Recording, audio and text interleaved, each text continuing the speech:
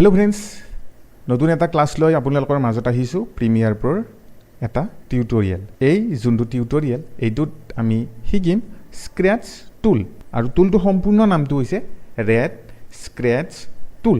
আসলতে এই টুলটো আমি কেতিয়া ব্যৱহাৰ কৰোঁ বা ইয়াৰ প্ৰয়োজনীয়তা কি? যেতিয়া আমি কোনোবা ফটেজ এটা স্লো ফাষ্ট স্পীড কৰিব খুজো তেতিয়া এই টুলটোৰ প্ৰয়োজন হয় বা কিছুমানে ৰাইট ক্লিক কৰি স্পীড ডিউৰেশ্যনত গৈ এই ইফেক্টটো ব্যৱহাৰ কৰে। গতিকে স্লো-মো যোনখিনি কনচেপ্ট বেছি সেইখিনি বস্তু এই টুলটো দিয়ে কৰিব পাৰি। এতিয়া দেৰি নকৰি আমি ভিডিঅ'টো বলক আৰম্ভ কৰোঁ। এতিয়া মোৰ ইয়াতে প্ৰিমিয়াৰ প্ৰত এটা ফটেজ আছে, চাব পাৰে। আচলতে এই টুলটো আমি ক'ত পাম? এই যে টুল বাৰৰ যে 3 নম্বৰ অপশ্যন আছে ইয়াতে আমি প্ৰেছ কৰিলে এবাৰ বা প্ৰেছ কৰি ধৰিলে ইয়াতে লাষ্টত পাব ৰেড স্ক্ৰেচ টুল, শৰ্টকাট হৈছে R। এতিয়া এই ভিডিঅ'টোত আপোনালোকে চাব লং আছে কিমান 10 সেকেন্ড। মই মানে ইয়াতে লৰাটো ৰছিডাল এনেকে মানে ওয়াৰ্কআউট এটা কৰি আছে। এতিয়া মই ভাবো এই ভিডিঅ'টোক আৰু অকমান স্লো কৰিব খুজো, তেতিয়া হলে কি কৰিম, এই টুলটো সিলেক্ট কৰি এনেকে আমি এনেকে ধৰি লওক 15 সেকেন্ড কৰি দিম। দিয়াৰ পিছত এই ভিডিঅ'টো চাব বেছি স্লো হৈ যাব। যদি আপোনালোকে চাব খুজে আৰু আপোনালোকে এটো স্লো কৰিব পাৰে, 20 সেকেন্ড কৰি দিলো, তেতিয়াই আৰু স্লো হৈ যাব। তাৰ পিছত এটো স্লো আৰু যদি এই ভিডিঅ'টোক আমি ফাষ্ট কৰিব খুজো তেতিয়া হলে এইটো এনেকে আমি আগত বিনে আনিলে এইটো চাব আপোনালোকৰ ভিডিঅ'টো ফাষ্ট হৈ যাব। গম পালে এটো কেনেকৈ কৰা হয়? আৰু এটা মই প্ৰক্ৰিয়া কম এটো কেনেকৈ কৰিব। আনডু কৰিলো। এতিয়া চাব সিলেক্টিভ টুল সিলেক্ট কৰিম, ৰাইট ক্লিক কৰিম।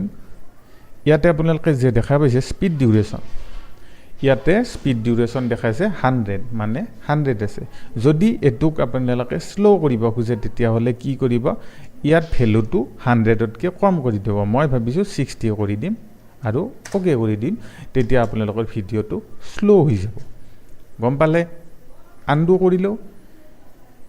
আৰু আমি এইবাৰ যদি এটুক স্পীড কৰিব খুজো ভিডিঅ'টোক এই প্ৰক্ৰিয়াৰ দ্বাৰা, তেতিয়া হলে কি কৰিম, আমি শৰ্টকাট প্ৰেছ কৰিম Ctrl+R, এটু স্পীড ডিউৰেশ্যনৰ শৰ্টকাট, বা ৰাইট ক্লিক স্পীড ডিউৰেশ্যন আৰু ইয়াতে ফাষ্ট কৰি দিম 200, মানে এটু স্পীড হৈ যাব। চাব আপোনালোকৰ ভিডিঅ'টো স্পীড হৈ গৈছে।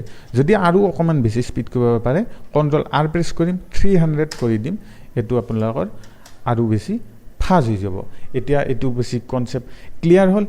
যদি আমি এতিয়া এই যে লৰাজন আছে লৰাজনৰ আৰু এটা সিস্টেম আছে, এটু আমি স্পীডটো উল্টা কৰিব পাৰো। ধৰি লওক আমি হাতখন এনেকে দিলো, এই হাতখন এনেকুৱা আনিব পাৰি। এডিটত আমি এনেকে দিলে হল, এটু বস্তু তললৈ আনা কৰিব পাৰিম। এতিয়া চাব যদি হেতু কৰিব খুজে ৰাইট ক্লিক কৰিব, স্পীড ডিউৰেশ্যনত যাব, ইয়াতে 200 থাকিব দিব, ৰিভাৰ্স স্পীড অন কৰি দিব, ওকে কৰি দিব। তাৰপিছত চাব এইবাৰ ভিডিঅ'টো আপোনালোকৰ উল্টা হৈছে। চাব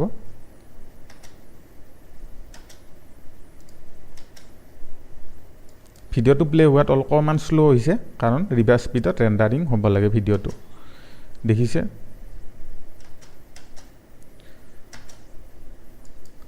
এইটো প্ৰিভিউটো অকমান কম কৰি দিছো 1/4 কৰি পিনে আপোনালোকে চাব এইবাৰ।